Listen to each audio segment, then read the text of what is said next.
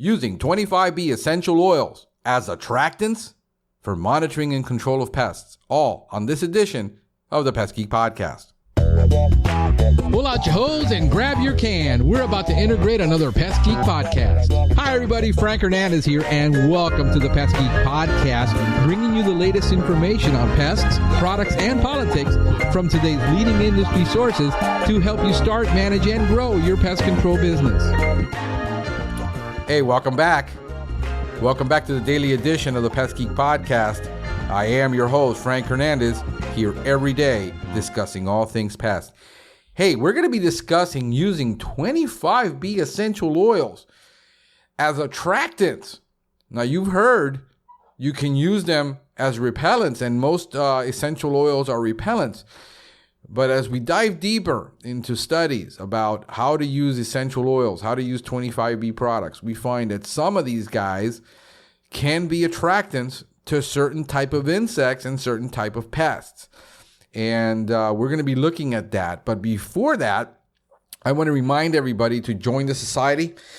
Join us on Facebook, Pest Geek Podcast Listeners Group. We also have a Pest Geek Podcast page. And join us. We have a YouTube channel. We're putting some videos on there.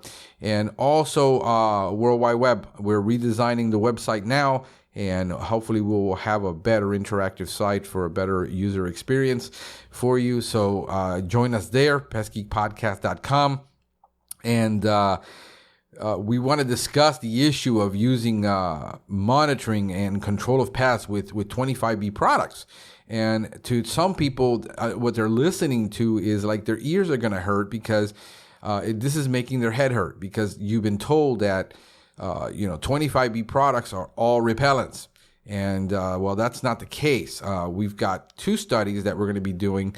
I'm going to do one now and then probably another one in a week on the different uses of 25B products as attractants. Before I do that, I want to get into the segment, a fresh, brand new segment of Harry Says.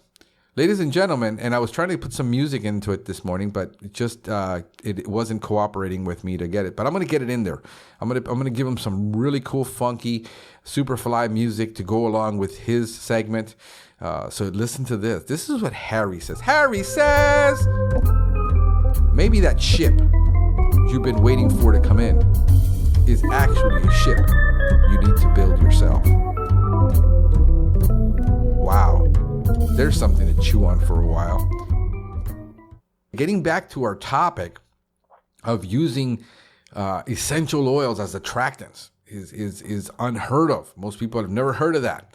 Yeah, that research has been going on for probably a little bit over 30 years.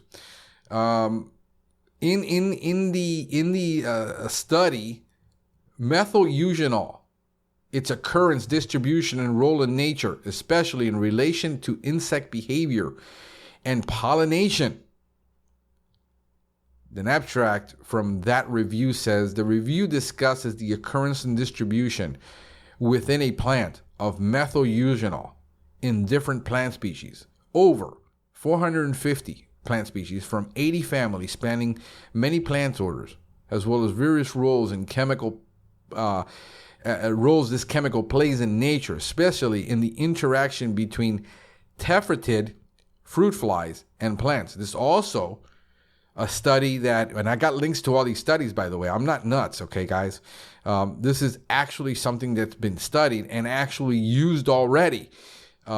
In the study, the candidate substitutes for methyl-eugenol as attractants for area-wide monitoring control of oriental fruit fly, Dacus dorsalis, Hendel, Diptera pest, was used to not only attract fruit flies, but also control area-wide problems. Now, here's the problem with methyl-eugenol. And where everybody says, well, just natural products are safe. Be careful.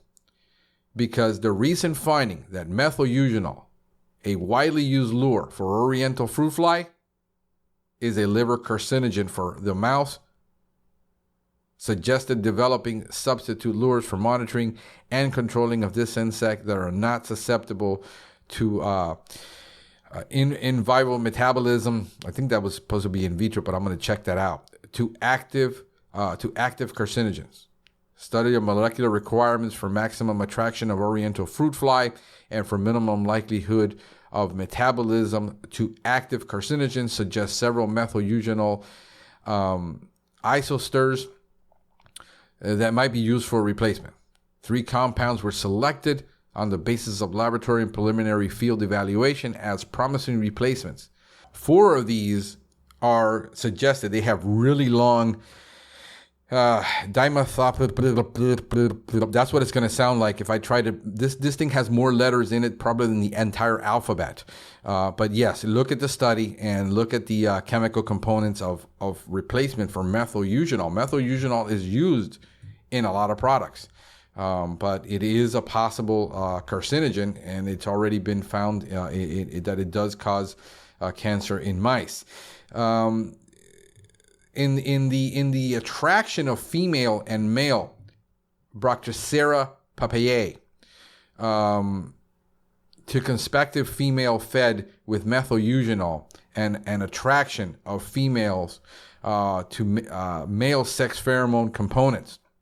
The attraction of female in this study showed that there is a great attraction, and it has a pheromone in it, so you can check that one out. That's a pretty long study there. And also methyl-eugenol and Q-lure traps for suppression of male oriental fruit flies and melon flies. In Hawaii, effects of lure mixture and weathering, and they use different types of traps in this case, and they suggest that 100% methyl-eugenol were significantly greater than the other treatments of 25, 50, and 75. So at 100%, it is attractive to different types of fruit flies. So there you go, folks. You could be spraying something in the yard and then wondering why certain species are there. And it could be because we are attracting them because we're using a specific. Now, of course, we have to do studies. But like I said, guys, the 25B essential oil is really, as far as application in our industry, it's very, very, very, very infantile. Yet in agriculture, this stuff has been tested since the 70s. Okay, this is not something new that they're dealing with. In agriculture, this stuff has been going on for a long time. But you want to know, if you want to know where everything is in the world, it's very simple. You follow the money.